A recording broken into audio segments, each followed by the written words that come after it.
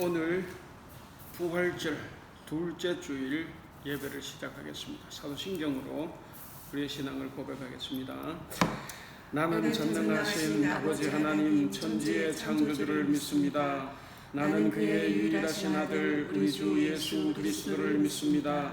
그는 성령으로 잉태되어 동정녀 마리아에게서 나시고 본디오 빌라도에게 고난을 받아 십자가에 못 박혀 죽으시고 장사된 지 사흘 만에 죽은 자 가운데서 다시 살아나셨으며 하늘에 오르시어 전능하신 아버지 하나님 우편에 앉아 계시다가 거기로부터 살아있는 자와 죽은 자를 심판하러 오십니다. 나는 성령을 믿으며 거룩한 공교회와 성도의 교제와 죄를 용서받는 것과 몸의 부활과 영생을 믿습니다. 아멘. 찬송가 36장 같이 보겠습니다.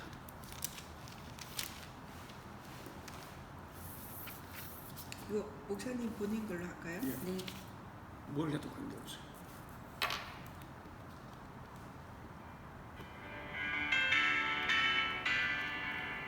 주 예수 이름 높이오 더 찬양하여라. 금열 유관을 들여서 만유해 주 찬양.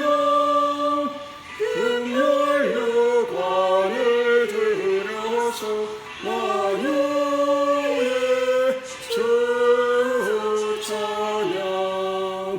주 예수 당한 고난을 못 잊을 죄인아 내 귀한 몸에 바쳐서 만유해 주 찬양.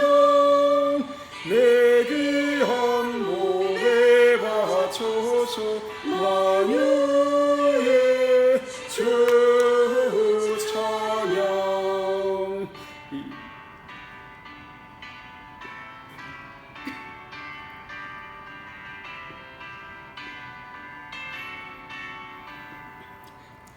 이 지구 위에 거하는 온 세상 사람들 그 크신 이름 높여서 만유해 주 찬양. 그 크신 이름 높여서 만유해 주 찬양. 주 믿는 성도 다 함께 주 앞에 엎드려 무궁한 노래 불러서 만유해 주 찬양. 무궁한 노래 불러서 만유해 주 찬양.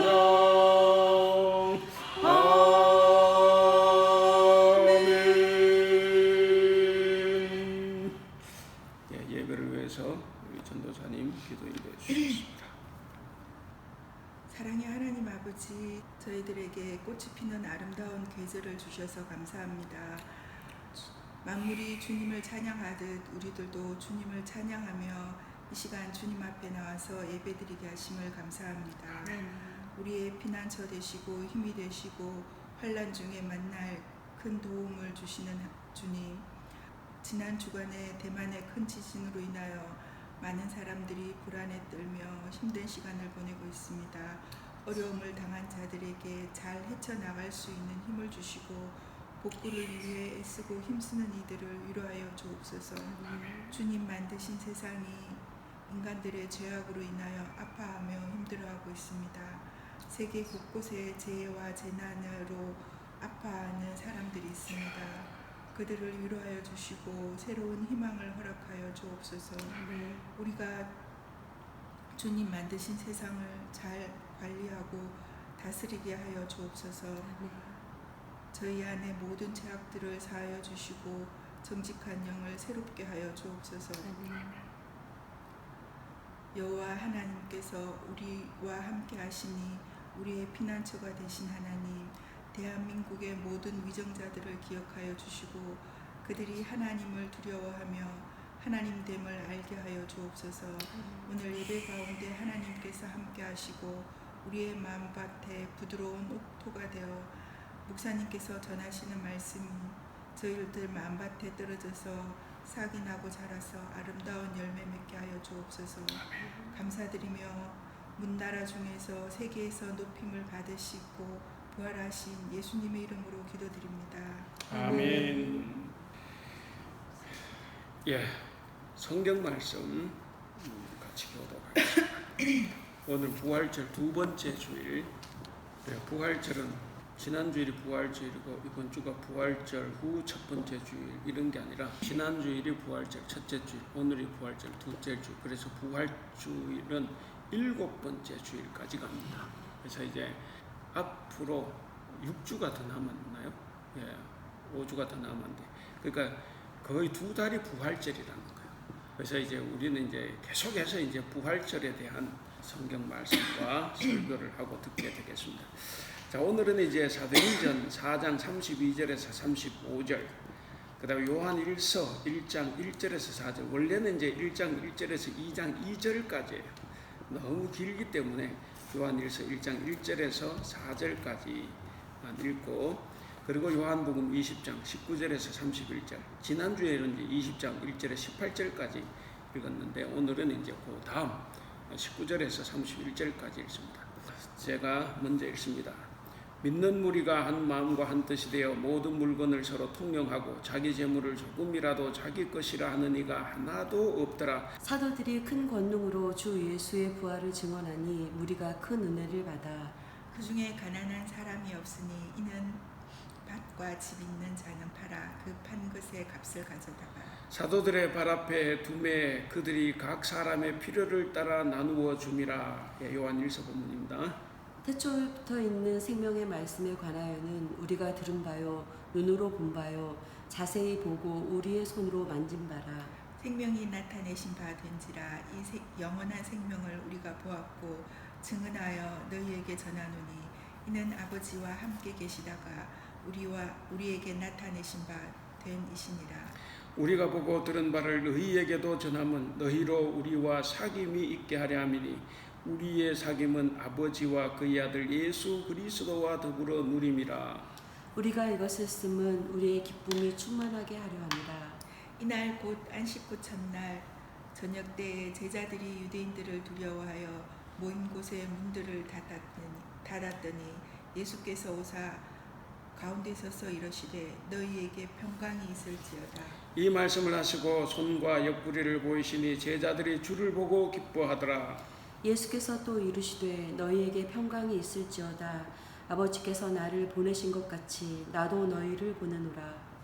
이 말씀을 하시고 그들을 향하사 숨을 내쉬며 이르시되 성령을 받으라. 너희가 누구의 죄든지 사하면 사하여질 것이요 누구의 죄든지 그대로 두면 그대로 있으리라 하시니라. 12 제자 중에 하나로서 디두모라 불리는 도마는 예수께서 오셨을 때에 함께 있지 아니한지라. 다른 제자들이 그에게 이르되 우리가 주를 보았노라 하니 도마가 이르되 내가 그의 손에 못 자국을 보며 내 손가락을 그 못 자국에 넣으며 내 손을 그 옆구리에 넣어 보지 않고는 믿지 아니하겠노라 하니라. 8회를 지나서 제자들이 다시 집안에 있을 때에 도마도 함께 있고 문들이 닫혔는데 예수께서 오사 가운데 서서 이르시되 너희에게 평강이 있을지어다 하시고 도마에게 이르시되 내 손가락을 이리 내밀어 내 손을 보고 내 손을 내밀어 내 옆구리에 넣어보라. 그리하여 믿음 없는 자가 되지 말고 믿는 자가 되라. 도마가 대답하여 이르되 나의 주님이시오 나의 하나님이시니이다. 예수께서 이르시되 너는 나를 본고로 믿느냐 보지 못하고 믿는 자들은 복되도다 하시니라. 예수께서 제자들 앞에서 이 책에 기록되지 아니한 다른 표적도 많이 행하셨으나 오직 이것을 기록하면 너희로 예수께서 하나님의 아들 그리스도이심을 믿게 하려 하며 또 너희로 믿고 그 이름을 힘입어 생명을 얻게 하려 함이니라. 아멘. 예, 읽어보시니까 뭐 이렇게 주제가 보여요? 주제가 보이면 뭐 그게 이상하죠? 샬롬. 열심히 읽어보고 분석해보고 뒤쳐봐야 이제 아는데, 어쨌든 이제 부활 후에 주어진 본문이고, 여기서는 이제 그 부활과 특별히 사귐이 관통하는 주제가 아닐까 이런 생각을 저는 해봤습니다. 그래서 오늘 제목을 그리스도인 부활 공동체를 이루는 사람 이렇게 정했습니다. 그 끝에 오늘 우리가 요한복음 20장 19절에 31절을 읽었는데, 여기 보면 이제 제자들이 이제 두려워가지고 문을 딱 끌어 잠그고 이제 골방에 숨어 있었죠. 그 숨어 있는 제자들에게 예수님이 쑥 들어오셔가지고 이제 너희에게 평강이 있을지어다 이렇게 이제 인사를 하고 제자들 가운데 딱 섰습니다. 그래서 이제 평강이 있을지어다 이 말은 이제 너희에게 평화가 있을지어다 이런 거죠. 지금 제자들이 평화롭지 못하죠. 지금 평강하지 못합니다. 여기 이제 평화라는 말이 있는데 이 평화라는 말에 반대말이 뭘까 생각해 보면 이 본문에서는 두려움이에요. 두려움. 그리고 이 평화는 이제 히브리 말로 하면 샬롬인데 여기서는 이제 아무래도 헬라어니까 그렇기도 하겠지만 여기서 평화는 이제 헬라어 에이레네입니다. 그래서 이 에이레네라는 말은 평화라는 말도 있지만 하나됨, 결합 이제 이런 뜻도 가지고 있습니다. 그러니까 이제 지금 예수님께서 전하신 평화는 뭐냐면 예수님 당신과 사이가 깨져버린 제자들과 이제 내가 가까이 가서 하나가 되어 주겠다라고 하는 그 마음을 지금 표현하고 있는 겁니다. 깨어진 관계를 내가 하나가 되도록 해주겠다 하는 거죠. 그래서 이제 이 두려움의 길을 잃어버리고 어떻게 해야 될지 모르는 제자들이 예수님께로 다시 돌아갈 수 있는 그 용기를 이제 얻는 것이 바로 예수님이 전해주시는 평화라는 겁니다. 그래서 예수님께서 너희에게 평화가 있기를 이렇게 이제 인사하러 하신 겁니다. 자, 부활하신 예수님이 제자들을 왜 찾아갔겠습니까? 부활하신 예수님께서 제자들을 찾아가신 것은 이제 제자들이 유대인들이 두렵죠. 자기들도 이제 죽일까봐. 근데 또 이런저런 들려오는 소문을 보면 이제는 거기에 한 가지 더 붙여졌어요. 예수님 시신을 제자들이 훔쳐갔다 이제 이런 소문이 돌기 때문에 자칫 자기들이 예수님 시신을 훔쳐간 도둑이 되는 거예요. 그래서 이제 문을 탁 끌어 잠그고 이제 숨어 있는 이 제자들을 위로하고 격려하기 위해서 이제 찾아가신 겁니다. 그러니까 예수님은 성경에 보면 늘 그런 분이에요. 언제나 아프고 힘들고 외로울 때 찾아오십니다. 찾아오셔서 힘을 주시고 용기를 북돋아 주시고 그리고 소망을 품게 해 주십니다. 이것이 바로 하나님의 마음이고 예수님의 마음입니다. 그래서 성경에 보면 예수님께서 죄인들을 찾아오셔서 죄인들의 친구가 되어주죠. 모든 예수님의 삶은 다 이렇게 반전입니다. 당시에 다 손가락질 절대로 같이 하면 안 될 사람들만 골라서 예수님을 찾아갔어요. 아마 오늘날 그런 사람 있었으면 뭐 기독교인들한테 아마 작살났을 겁니다. 그래서 죄인들을 찾아오셔가지고 그들의 친구가 되어주셨고 또 죄인 중에 죄인이라고 할 수 있는 세리장 삭개오를 찾아가셔가지고 그를 한 명의 이스라엘 사람으로 이렇게 회복시켜 주셨죠. 그리고 구원을 베풀어 주셨습니다. 뿐만 아니라 막달라 마리아 7 귀신 들렸던 막달라 마리아를 찾아오셔가지고 그것을 고쳐주시고 한 사회인으로 정상적으로 살아갈 수 있도록 이렇게 회복시켜 주셨습니다. 그러니까 이렇게 보면 예수님을 만났던 사람들은 한결같이 인생의 밑바닥에서 혹은 가장 힘든 순간에 예수님을 만났습니다. 예수님 만나고 그 삶을 회복했습니다.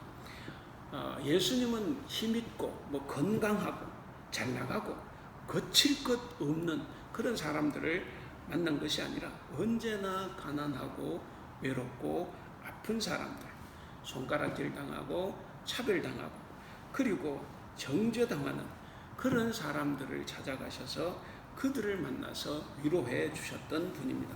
자, 만약에 그렇다고 하면 오늘 이제 2024년입니다. 만약에 예수님께서 대한민국에 오신다면 어디로 찾아가시겠습니까? 대만에 오신다고 하면 예수 어디로 먼저 가시겠습니까? 한국을 가시면 무슨 용산 대통령실로 찾아가겠습니까? 아니면 국회의사당으로 찾아가겠습니까? 아니면 대형교 예배하는 그 현장을 찾아가겠습니까? 아니면 많은 사람들이 모여서 집회하는 어떤 그런 장소를 찾아가시겠습니까? 그럴 일은 절대로 없습니다. 그럴 일은 절대로 없고, 예수님은 항상 아파하는 사람, 차별당해서 억울해하는 사람, 지금 울고 있는 사람, 지금 배고픈 사람, 이런 사람들을 가장 먼저 찾아갔습니다. 그렇다고 하면 오늘날 수도 서울 한복판에서 195명이 압사한 이태원 참사 유가족들이 있는 곳, 혹은 청주 오송 지하차도에서 침수로 사망한 14명의 유가족들, 혹은 해병대 최상병 유가족, 혹은 10년 전, 이제 10주기를 만든 10년 전 4월 16일 304명이 사망한 세월호 유가족들이 아닐까, 저는 그런 생각을 해봅니다. 왜 그렇습니까? 그 자리는 아직도 눈물과 아픔과 고통이 있어요. 왜 그곳에 가십니까? 아직도 진상규명이 제대로 되지 않았어요. 그래서 어떤 책임지는 사람도 없습니다. 이런 상황이기 때문에 예수님은 반드시 거기를 찾아가실 거라 생각을 합니다. 자, 이런 상황을 생각해 보면, 만약에 예수님이 우리를 찾아오신다고 하면 어떨 때 찾아오겠습니까?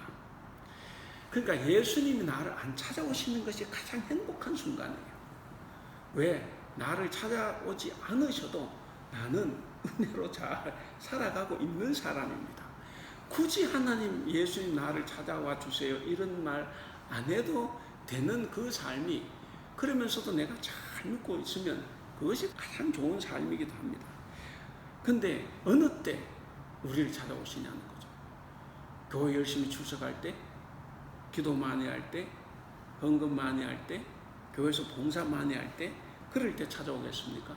그럴 일이 없습니다. 지금 제자들 보세요. 예수님 제자들을 찾아오신 상황이 어떻습니까? 무슨 제자들이 무엇이 기도했습니까? 무슨 제자들이 거기서 뭐 헌금을 하고 뭐 봉사를 했습니까? 그저 지 죽을까봐 두려워서 발발발발 떨고 있는 그 상황에서 예수님은 그들을 위로하시려고 찾아오신 거예요. 그 숨어있는 제자들을 찾아가신 겁니다. 그러니까 우리도 그럴 때가 있으면 예수님이 우리를 찾아오실 겁니다. 어떻게 그런 상황이 있기를 바라겠습니까? 그건 뭐 바랄 것 없죠. 예. 내가 예수님 도움 없이도 살아갈 수 있다면 그게 제일 좋은 거예요. 내가 불신앙으로 말하는 것이 아니고. 그러니까 우리가 생각해 보면 예수님이 나를 찾아오시지 않는다라고 할 때 그것은 내가 예수님의 은혜로 충분히 지금 잘 살아가고 있기 때문입니다. 자, 이렇게 부활하신 예수님을 만나고 부활을 경험했던 이 제자들은 예수님에게 새로운 사명을 받습니다. 우리 23절 요한복음 본문에 23절을 같이 한번 읽어볼까요? 23절 시작. 너희가 누구의 죄든지 사하면 사하여질 것이요 누구의 죄든지 그대로 두면 그대로 있으리라 하시니라. 예. 자, 이것이 이제 제자들이 받은 사명입니다. 그러니까 예수님께서 제자들을 찾아오셔서 먼저 손을 내밀어 주셨죠. 그리고 평화를 빌어 주신 겁니다. 평화를 회복시켜 주신 것처럼 이제 제자들이 예수님처럼 이런 사명을 받는 거예요.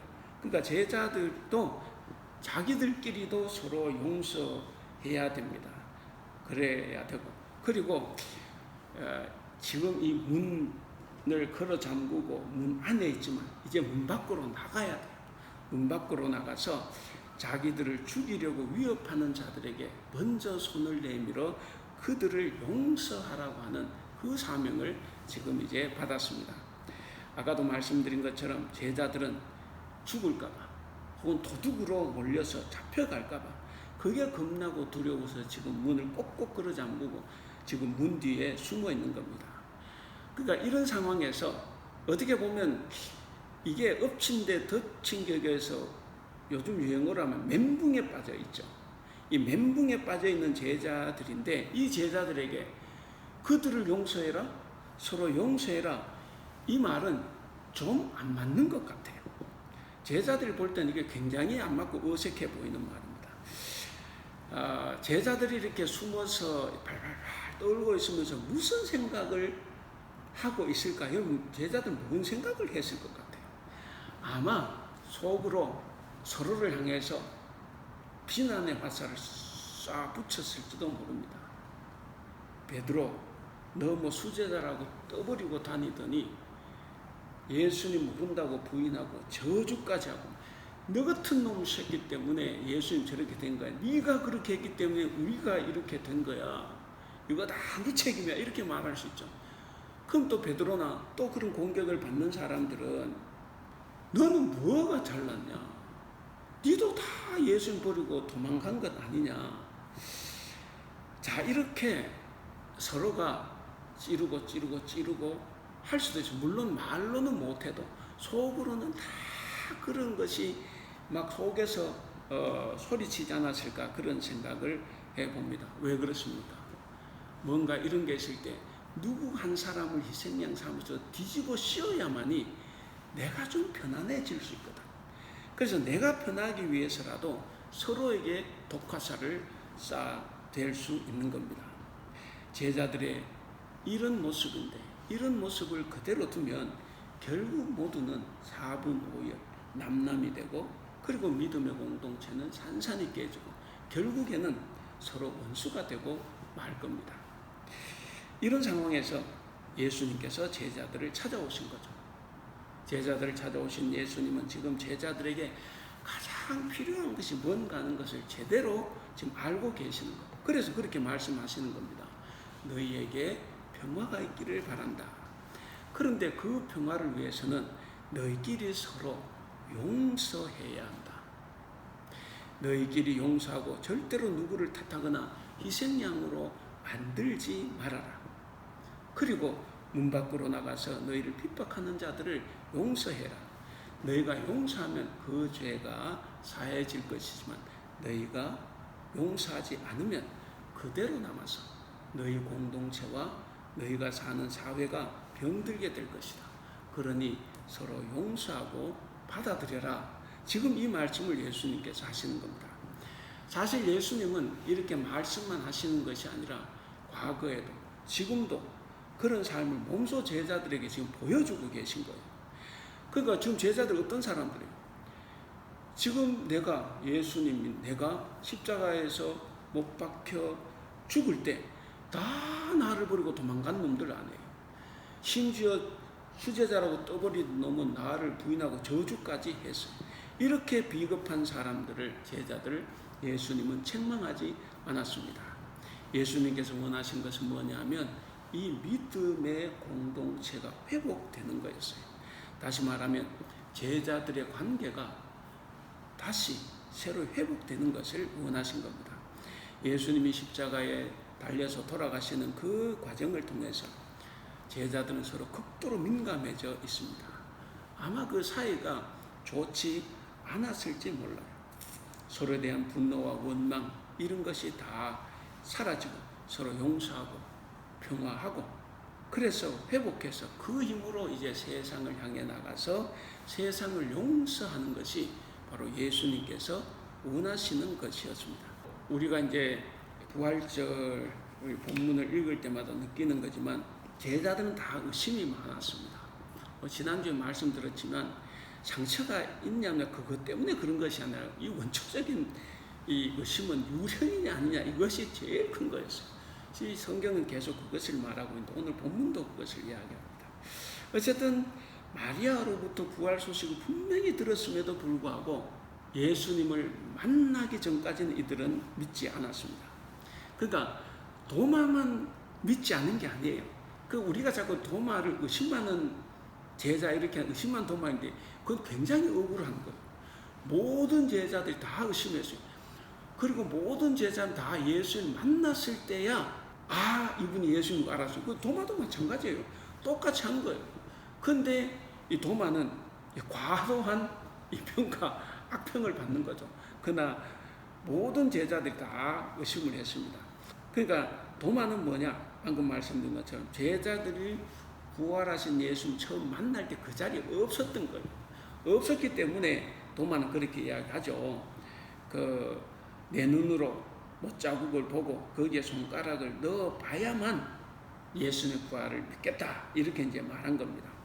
근데 이제 8일 후에 예수님께서 이제 나타난 26절에 보면 8일 후에 도마에게 예수님이 나타났습니다. 근데 예수님 도마를 야단치지 않아요. 책망하지 않습니다. 그러면서 예수님께서 뭐라고 하시냐? 27절 같이 읽어볼까요? 시작. 도마에게 이르시되 네 손가락을 이리 내밀어 내 손을 보고 네 손을 내밀어 내 옆구리에 넣어보라. 그리하여 믿음 없는 자가 되지 말고 믿는 자가 되라. 그랬습니다. 그러니까 예수님은 도마를 만나서 그 말씀을 하신 거예요. 자, 이 말씀을 하셨는데 만약에 도마가 예수님을 실제로 만져봤다면 어떻게 됩니까? 만져보고 믿었다고 하면 걔는 영원히 믿음 없는 사람으로 낙인이 찍힐 겁니다. 모든 제자들이 다 예수님을 못 믿겠다 그랬지만 예수님 보고서는 다 그냥 믿었어요. 유령이 아니라는 걸 알고 다 믿었습니다. 도마도 마찬가지예요. 도마도 예수님을 만지지 않고 바로 나의 주, 나의 하나님 이렇게 이제 고백을 하죠. 그 고백, 그러니까 이 고백은 정말 완벽하고 아름다운 고백입니다. 마태복음 16장 16절인가요? 베드로의 고백과 같은 고백입니다. 그런 고백을 했습니다. 그런데도 아쉬움이 남죠. 그래서 예수님이 그런 말씀을 하세요. 우리 29절 읽어볼까요? 29절 시작. 예수께서 이르시되 너는 나를 본고로 믿느냐? 보지 못하고 믿는 자들은 복되도다 하시니라. 그러니까 아쉬움은 남아요. 그러니까 예수님 이 말씀 뭐냐면 책망은 분명히 아니에요. 책망은 아닌데 그럼에도 불구하고 아쉬움이 배인 말씀입니다. 예수님은 도마에게 보지 않고도 믿는 자가 복이 있다. 이렇게 이제 말씀을 하셨는데 그래서 진짜 믿음은 뭡니까? 보지 않고도 믿는 거예요. 그래서 히브리서 11장 11절에 나오잖아요. 믿음은 바라는 것들의 실상. 그러니까 바라는 것들이 실상이니까 보지 못하는 거예요. 그러니까 보지 못하는 것들의 증거입니다. 그런데 우리가 자꾸 눈으로 뭔가를 확인을 하려고 해요. 성경 말씀도 증명을 하려고 합니다. 이건 미친 짓이에요. 그래서 창조도 증명을 하려고. 그 창조과학자들 있잖아요. 창조가 절대로 하면 안 돼요. 그거는 그 문자주의, 근본주의자들 하는 거예요. 성경을 만약 그렇게 정말 밝힌다, 과학적으로 밝힌다, 그러면 성경은 과학책이지 성경책이 아닌 거예요. 물론 밝힐 수도 없지만 우리가 뭐 동정의 탄생 밝힐 수 있어요? 그래도 믿는 거잖아. 그게 믿음이지 굳이 창조를 과학적으로 밝힌다. 그게 무슨 창조 그 과학자들의 뭐 어떤 훌륭한 신앙을 보는데 그거는 헛된 짓입니다. 보지 않고도 믿는 것. 그래서 진짜 믿음은 뭐냐? 보지 못하지만 믿는 겁니다. 근데 이 요한은 뭡니까? 독자들. 자기 글을 읽는 사람이 뭐예요? 당시에는 자기 요한 공동체. 그러니까 요한이 목사님이었다고 하면 자기가 심하고 있는 교회 성도들. 그리고 오늘 우리가 있지 않습니까? 오늘날 우리들. 그러니까 이런 사람들. 그러니까 요한은 이 독자들이 도마와는 달리 보지 않고도 믿는 믿음을 칭찬하고 있는 거예요. 그래서 지금 우리는 다 예수님 보지 못했어요. 예수님 부활 전의 모습도 보지 못했고 부활 후의 모습도 보지 못했고 그러니까 만져본 적도 없고 우리는 아무것도 없어요. 근데 우리가 믿고 있지 않습니까? 그러니까 바로 우리가 진짜 믿음이라는 거예요. 그런데 과거의 제자들도 다 이런 믿음을 갖지 못했습니다. 이 말씀은 곧 오늘 우리를 칭찬해 주는 거예요. 너희처럼 보지 않고 믿는 자가 복되도다 하는 겁니다. 그 세계 제2차 대전 중에 한 유대인이 학살당하기 전에 지하 감옥 벽에다가 쓴 글입니다. 태양이 구름에 가려 빛나지 않을지라도 나는 태양을 믿습니다. 주위의 사랑이라고는 전혀 느낄 수 없지만 나는 사랑을 믿습니다. 하나님이 비록 침묵하고 계셔도 나는 하나님을 믿습니다. 그러니까 믿음이란 이런 거죠. 믿음은 이런 거예요. 비록 지금은 구름에 가려 보이지 않지만 그 구름 뒤에 분명히 태양은 있다는 거죠. 그걸 믿는 거예요. 비록 침묵하고 계시지만 나는 하나님이 계심을 믿는 거죠. 믿음은 그렇게 보지 않고도 그 믿음으로 죽음의 강을 건널 수 있는 겁니다. 그래서 성경 말씀에 너희로 믿고 그 이름을 힘입어 생명을 얻게 하려 함이니라 그렇게 말씀했습니다. 이제 사도행전으로 넘어가면 사도행전 본문에서 바로 황홀한 부활 공동체의 진정한 사귐의 현장을 우리가 만납니다. 우리가 32절부터 35절까지 본문 전체를 다시 한번 읽어보겠습니다. 시작. 믿는 무리가 한 마음과 한 뜻이 되어 모든 물건을 서로 통용하고 자기 재물을 조금이라도 자기 것이라 하는 이가 하나도 없더라. 사도들이 큰 권능으로 주 예수의 부활을 증언하니 우리가 큰 은혜를 받아 그 중에 가난한 사람이 없으니 이는 밭과 집 있는 자들 팔아 그 판 것의 값을 가져다가 사도들의 발 앞에 두매 그들이 각 사람의 필요를 따라 나누어 줌이라. 어떻게 이런 일이 가능한 겁니까? 어떻게 이런 일이 가능합니까? 정말 이런 일이 있는 공동체라고 하면 이런 일이 이 지구상에 있다고 하면 절대로 지구촌에 전쟁이 안 일어나죠. 갈등이 있을 수가 없어요. 폭력과 전쟁이 있을 수가 없습니다. 그러니까 이 초기 교회의 이 공동체의 이 모습을 보면 정말 꿈만 같은 거죠. 뭐 오늘날 우리 한국 교회도 초기 교회 저 모습으로 돌아가는 게 됩니까? 목사부터 지지상 안 내놓는데 그게 되지도 않을 소리를 하는 거예요. 절대로 못해요. 물론 이 당시 공동체의 정신이 돌아가면 할 수도 있지만 우리가 그것만 안 하고 그냥 남만 희생하라고 하는 것은 이루어지지 않습니다. 그런데 저들은 어떻게 해서 저렇게 아름다운 저 공동체, 사귐의 공동체를 만들었을까 하는 거예요. 우리가 잘 사귀어야 뭐 서로 내놓을 거 아니에요. 이것이 이제 하나님의 공동체, 이게 부활 공동체예요. 이게 사귐의 공동체입니다. 사귐이 제대로 안 되면 절대로 그런 일이 없습니다. 그런데 어떻게 저 초기 교회 교인들의 공동체는 들었을까 하는 거죠. 그 해답은 33절에 있습니다. 우리 33절까지 읽어보겠습니다. 시작. 사도들이 큰 권능으로 주 예수의 부활을 증언하니 무리가 큰 은혜를 받아 그랬습니다. 그러니까 이 모든 상황을 가능케 한 것은 하나님 은혜를 받았다는 거죠. 그 은혜 때문입니다. 은혜를 받은 사람은 어떻습니까? 모든 것이 다 행복하죠.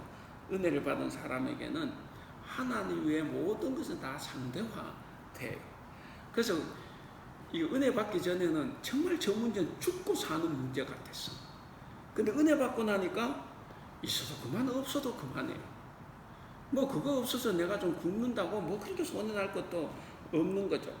그러니까 은혜를 받으면 모든 것이 넉넉해지고 풍성해집니다. 그때부터는 뭐 억지를 쓰지 않아도 남에게 나누고 베푸는 삶이 그저 자연스러운 겁니다. 이것이 바로 아름다운 나눔을 가능케 하는 핵심입니다. 근데 이런 놀라운 은혜를 받게 된 것은 언제부터냐면 거기 나온 대로 사도들이 예수님의 부활을 증언한 이후부터였다 이렇게 말을 합니다. 그러니까 부활을 경험한 사람들, 부활을 믿는 사람들은 욕망을 버리고 자유를 누릴 수 있어요. 뭐 이렇게 말씀을 드리는 저도 뭐 자신이 꼭 자유롭지는 못해요. 우리는 내 속에는 모든 욕망을 다 버리고 자유를 누려야 되는데 그렇지 않을 때도 있다는 거죠. 근데 어쨌든 부활을 경험한 사람들 그렇게 살아야 됩니다. 우리는 부활하신 예수님을 만났던 이 제자들의 모습을 보면서 우리는 확실히 분명하게 더 깨달을 수 있어요. 만약에 부활하신 예수 이렇게 만나고서도 제자들이 여전히 불안에 떨고 그리고 무섭고 혹은 서로 원망하고 미워했다고 하면 절대로 이런 공동체를 이룰 수가 없습니다. 이런 모습은 절대로 있을 수 없어요. 그랬다고 하면 이 초기 교회 성도들이 이런 삶을 살지 못합니다. 왜냐? 초기 성도들이 보는 것은 사도들의 삶인데, 만약에 이 사도들이 서로 미워하고 서로 쌈박질하고 저들이 서로 욕심을 챙겼다고 하면 이 성도들이 결코 이렇게 살지 못하는 거죠. 그렇기 때문에 이 사도들이 바뀌었어요. 그래서 부활하신 예수를 만나면 저렇게 바뀌는구나 하는 것을 우리가 알고 우리도 그렇게 살아가야 한다는 거죠. 자, 오늘 이제 이 초기 교회 모습에서 핵심은 뭐냐? 하나가 되는 겁니다. 그 32절에 나왔죠. 믿는 무리가 한 마음 한 뜻이 되었다 그랬습니다. 그래서 하나가 되는 건데, 하나가 된다는 것은 서로 다르다는 거예요. 뭐 제자들만 서로 다 다르지 않습니까? 서로 다르지만 하나님께 순종하고 교회를 사랑하고 봉사하는 데는 서로 한 마음이 되었다는 뜻입니다. 또한 서로 생각이 다르고 또 일을 하는 방법 혹은 일을 해결하는 방법, 이런 모든 것들이 달라도 서로 갈라지거나 싸우거나 대립하지 않고 하나가 되었다는 것. 이게 진짜 하나된 공동체의 모습이죠. 교회가 하나 되기 위해서는 먼저 나 자신을 내려놔야 합니다. 나 자신을 내려놓고 초기 교회 성도들처럼 성령의 인도하심에 순종해야 합니다. 초기 교회가 하나 되었던 것은 바로 성령의 인도하심에 다 순종했기 때문입니다. 그렇다면 오늘날은 왜 성령 역사가 강하지 않냐? 뭡니까? 그 시절만큼 성령 역사가 일어나지 않는 것은 우리가 성령의 인도하심에 순종하지 않는다는 거죠. 왜 순종하지 않습니까? 너무 많이 배웠어요. 너무 많이 알아요. 너무 많은 상식을 가지고 있습니다. 너무 많은 내 생각을 가지고 있어요. 내 선입견이 있고 내 편견이 있습니다. 그렇기 때문에 우리는 성령의 인도하심에 자꾸 불순종하는 거예요. 그래서 우리는 성령의 인도가 아니라 내 생각, 내 주장, 혹은 내 지식, 혹은 내가 가지고 있는 편견, 내가 가지고 있는 선입관, 이런 것들 때문에 그것을 따라가느라고 성령의 인도하심을 따라가지 못합니다. 그러다 보니까 자기를 내려놓지 못하고 조그마한 것도 양보하지 못합니다. 그러니까 하나가 될 수 없습니다. 그리스도인이란 뭐냐? 서로 하나 되는 그런 아름다운 공동체를 만들어가는 사람들입니다. 하나 되는 공동체는 이기심으로 가득 찬 인간은 죽어도 이룰 수 없는 사랑과 형제를 믿음의 사람들은 이루어 간다라는 것을 이 누가가 사도행전을 통해서 우리에게 잘 보여주었습니다. 우리가 예수를 믿고 성령의 인도하심에 순종한다고 하면 비로소 우리 삶에도 평화와 용서 그리고 진정한 사귐이 이루어질 것입니다. 자, 마지막으로 이제 요한 1서 본문입니다. 자, 요한 1서의 말씀은 예수님을 믿는 사람들은 어떻게 살아가야 하는가에 대한 말씀입니다. 그럼 이제 오늘 본문은 4절까지 1장 1절부터 2장 1절까지 전체를 보면 사귐에 관한 이야기입니다. 생명이신 말씀이 누굽니까? 태초부터는 생명의 말씀에 관하여는 건데, 생명의 말씀은 예수 그리스도죠. 생명의 말씀 예수 그리스도는 우리가 들었고 눈으로 보았고 직접 목격했으며 손으로 만져보았습니다. 그렇기 때문에 그리스도는 유령이 아닙니다. 어떤 허상도 아니에요. 이념도 아니고 정신도 아니고 인격적인 하나님이다 하는 말씀입니다. 하나님이 인격적이다. 우리가 이제 그런 말을 많이 쓰죠. 하나님 인격적이다. 그리고 우리가 하나님 만났는데 내가 인격적으로 하나님 만난 것을 이렇게 하는데 인격적으로 뭐냐 물으면 잘 대답을 못해요. 우리는 대답을 못하는데 막 쓰는 말들이 많은데, 하나님 인격적이다라는 이 말은 뭐냐면 하나님 인격적이라는 게 아니에요. 인격은 사람이 가진 거지. 그러니까 그 인격적인 분이라는 말도 아니고 그 마음씨 좋은 어떤 착한 분이다 이런 것도 아닙니다. 인격적이라는 그 말은 뭐냐면 우리와 정서적으로 교감한다는 거예요. 그리고 하나님이 우리 마음을 알아주신다는 거예요. 그리고 우리와 마음과 마음으로 대화하신다 하는 겁니다. 그리고 중요한 것이 뭐냐면 우리가 기도할 때 우리의 기도를 들어주신다는 겁니다. 이것이 인격적이라는 거예요. 인격은 살아있는 대상과 하는 거죠. 근데 오늘 본문에 나왔습니다. 오늘 본문에 말하는 거죠. 예수님 뭐냐? 우리와 사귀는 친교를 나누신다. 이게 이제 인격적이라는 거예요. 우리와 사귄다. 우리와 사귀는 친교를 나누신다. 이것이 이제 하나님은 인격적인 분이다 하는 겁니다. 요즘 AI가 곽광을 받아요. 이세돌과 바둑을 이세돌을 이겼어요. 지난번에 보니까. 그리고 사람이 말을 걸면 대답도 합니다. 뭘 물어보면 대답해요. 그리고 지시하는 작업을 수행하기도 합니다. 재밌는 건 원래부터 야구에서 심판이지만 스트라이크 볼을 판정하는 것은 AI가 합니다. 그러니까 선수들이 돌아버리라 그래. 옛날에 심판이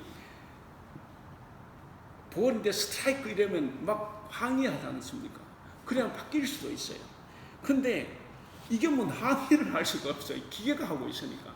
속에 분통이 터지죠. 그래가지고 헬멧을 냈다 던지고 막 하는데 중요한 건 뭐냐?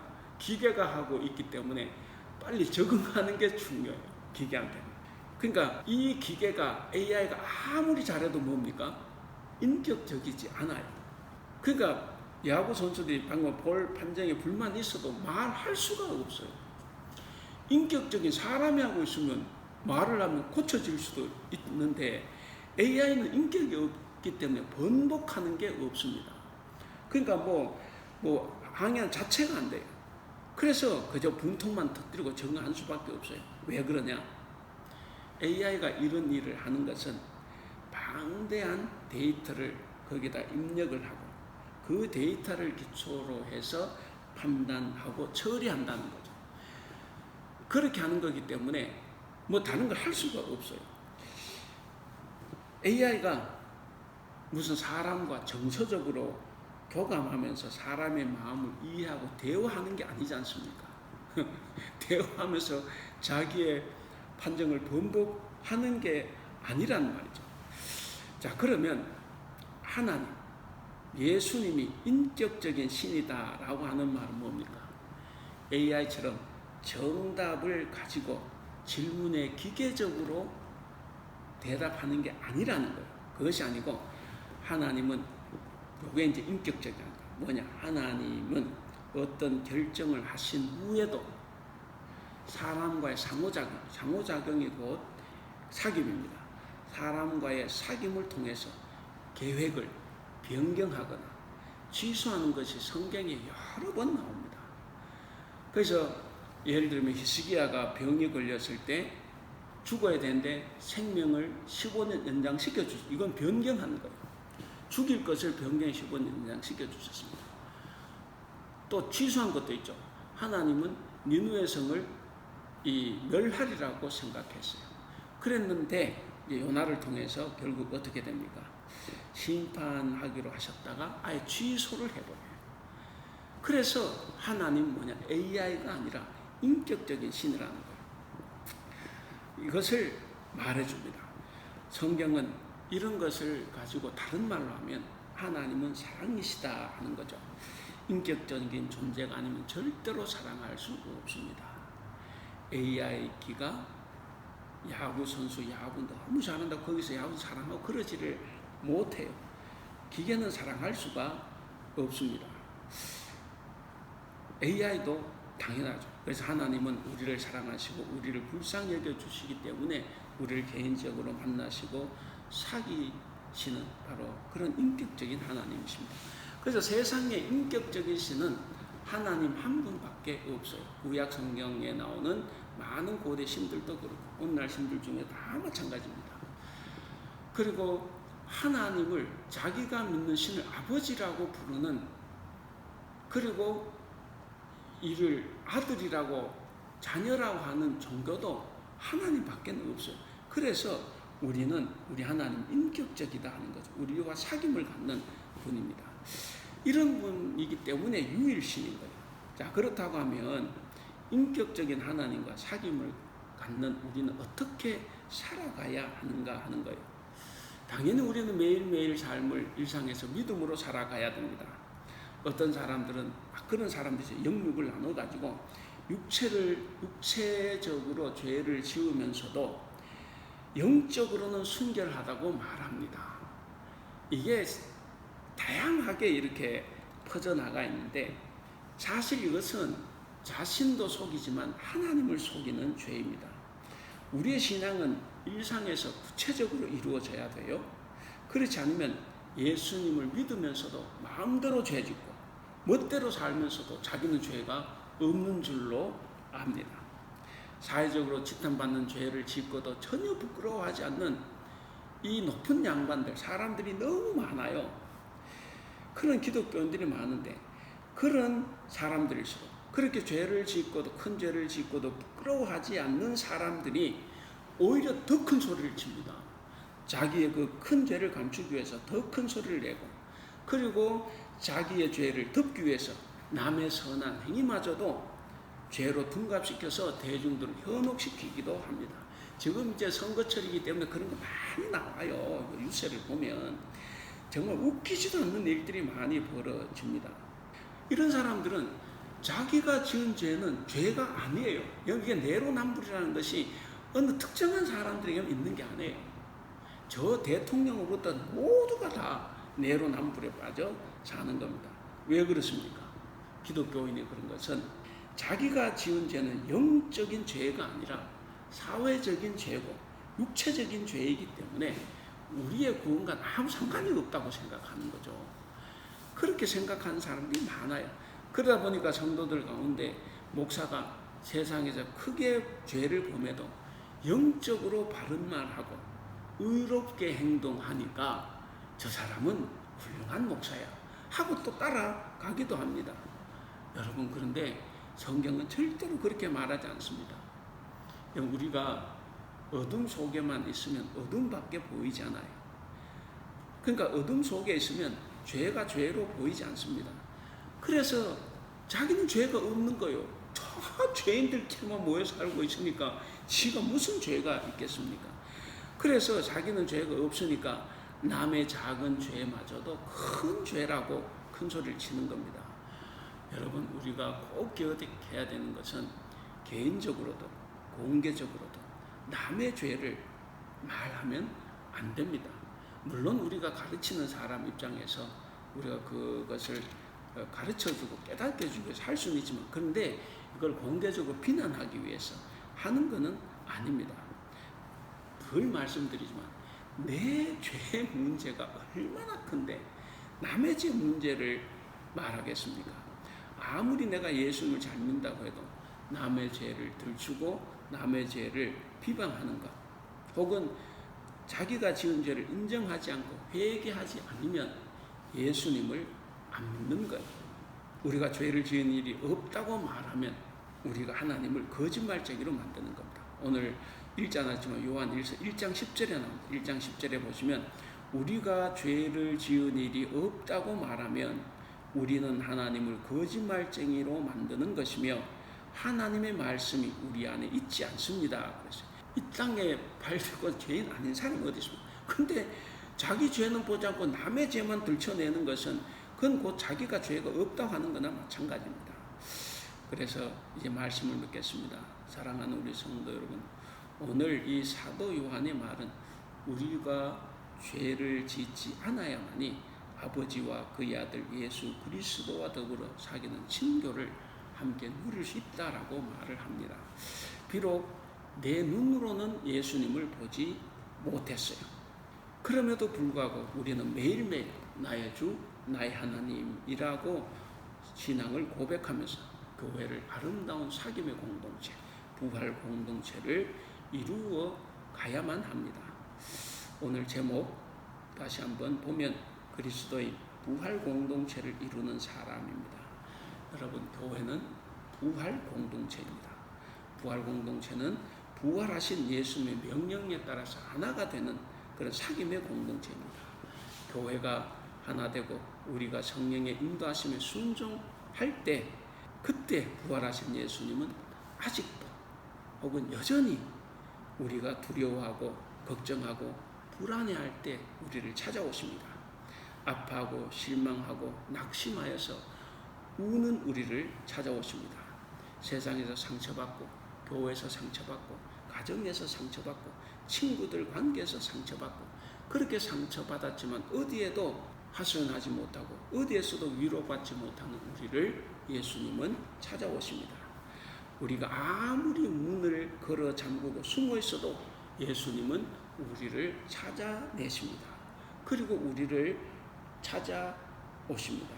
우리와 사귀십니다. 그리고 우리를 위로해 주십니다. 그러면 우리는 그 위로를 받아서 담대하게 문을 열고 세상으로 나가야 합니다. 세상으로 나가서 이제 나를 싫어했던 사람, 미워했던 사람, 모든 사람들과 더불어서 그 미움을 거치고 용서함으로써 서로 사귐 있는 부활 공동체의 행복을 누리며 살아가야 합니다. 그런 삶을 살아가시는 여러분들이 될 수 있기를 주님의 이름으로 축원합니다. 부활하여 우리 앞에 나타나신 주님, 절망하는 모든 이들에게 오시어 평화를 전해주신 것을 참으로 감사합니다. 바라옵기는 우리에게도 새 생명의 기운을 부어주시어 부활의 산 소망을 가지고 이 세상에서 믿음의 자녀로 꾸름없이 살아갈 수 있도록 우리를 도와주시옵소서. 또한 부활의 소망과 믿음을 온 세상에 전하며 살아갈 수 있도록 도와주시옵소서. 우리를 용서하시는 하나님, 우리가 우리에게 죄 지은 자를 용서하며 살아가는 것은 정말 어렵습니다. 그러나 이렇게 불안하고 두려워하고 걱정하는 우리를 찾아오셔서 주님이 주시는 평화를 누림으로 우리가 다 용서하며 살아갈 수 있도록 도와주시옵소서. 성령께서 힘주셔서 우리를 미워하는 사람이라도 사랑하고 용서하며 살아갈 수 있도록 도와주시옵소서. 그래 세상에 주님의 평화를 세우고 용서하는 우리의 사명을 다 이루며 살아갈 수 있도록 도와주시옵소서. 예수님의 이름으로 기도하옵나이다. 아멘. 장로가 261장 같이 보겠습니다.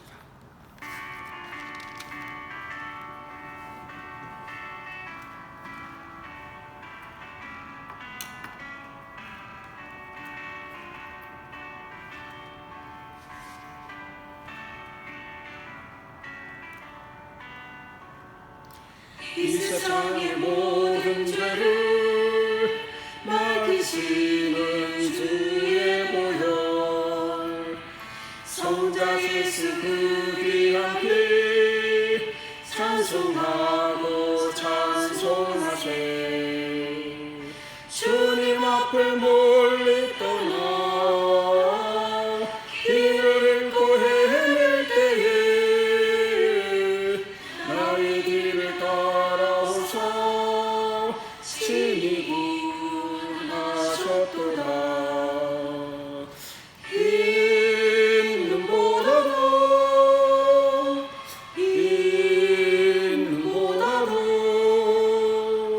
주의 흘리신 보혈로 이게 쓰사 주옵소서. 가시관을 쓰셨으니 피로 얼굴 물드셨도 십자가에 모진 것도 나를 위해 당하셨네. 말로 형용할 수 없는 그 세주의 구속하신 그 은혜와 크신 사랑 찬송하고 찬송하세.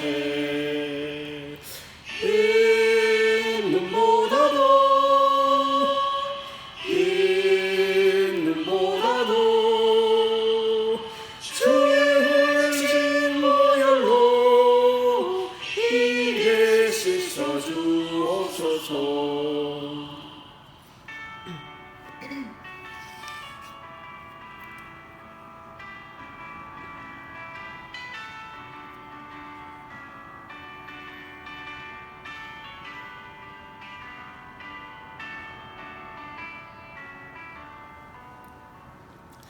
아버지를 멀리 떠나 다른 길을 저버리고 여러 가지 죄악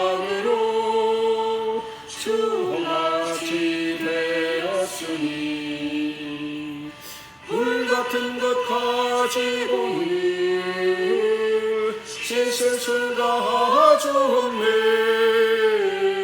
주여 귀한 몸의 피로 날 정결케 하옵소서. 흰 눈보다도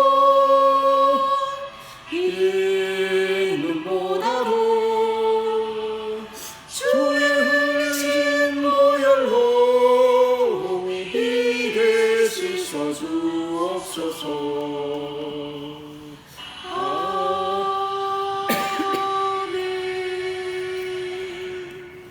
기도하겠습니다. 사랑과 내가 충만하신 우리 하나님 아버지, 부활절 두 번째 주일을 맞이하여서 우리가 주님의 은혜를 감사하며 이 시간 나올 때 빈손 들고 나오지 않고 예물을 바쳤습니다. 하나님, 우리가 바친 이 예물을 통해서 주님의 나라가 더욱 확장될 수 있도록 도와주시옵소서.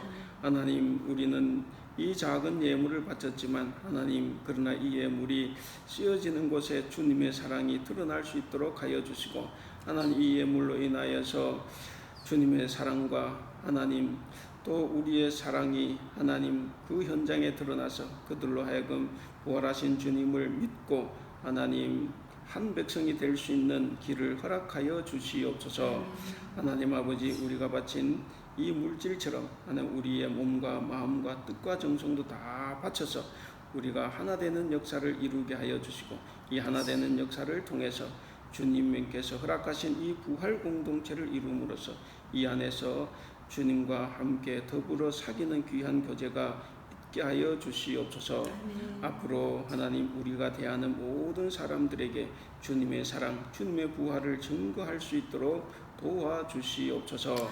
하나님, 우리의 삶의 현장도 주님께서 지켜주시옵소서. 하나님, 우리 모든 가족 식구들의 삶도 다 지켜주시옵소서. 하나님 보시기에 아름다운 삶을 살아갈 수 있도록 주님 그 삶의 모든 길을 허락하여 주시옵소서. 하나님 아버지, 오늘 함께 해주신 것을 감사하며 우리 주님 예수님의 이름으로 기도하옵나이다. 아멘. 여호와는 네게 복을 주시고 너를 지키시기를 원하며, 여호와는 그의 얼굴을 네게 비추사 은혜 베푸시기를 원하며, 여호와는 그 얼굴을 네게로 향하여 드사 평강 주시기를 원하노라. 아멘.